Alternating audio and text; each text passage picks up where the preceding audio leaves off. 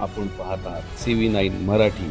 आम्ही दाखवतो फक्त सत्य. Bhandara thermal power corporation private limited यांनी रोहना आणि इंदुरका या परिसरातली सन 2011 आणि 12 दरम्यान येथील शेती खरेदी केली होती आणि कंपनी मालकाने असे आश्वासन दिले होते की ज्यांची शेती गेली आहे त्यांच्या परिवारातली एका सदस्यांना आम्ही नोकरी देऊ आणि त्यांना रोजगारही देऊ.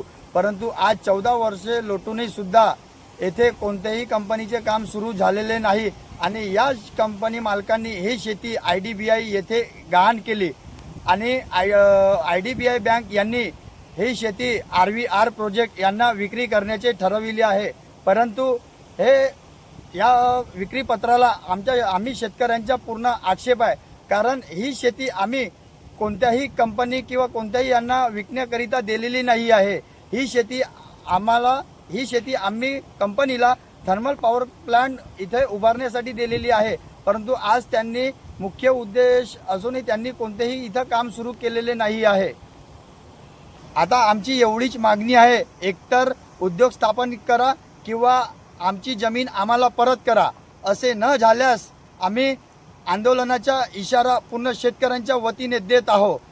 शासनाने याची दखल घ्यावी.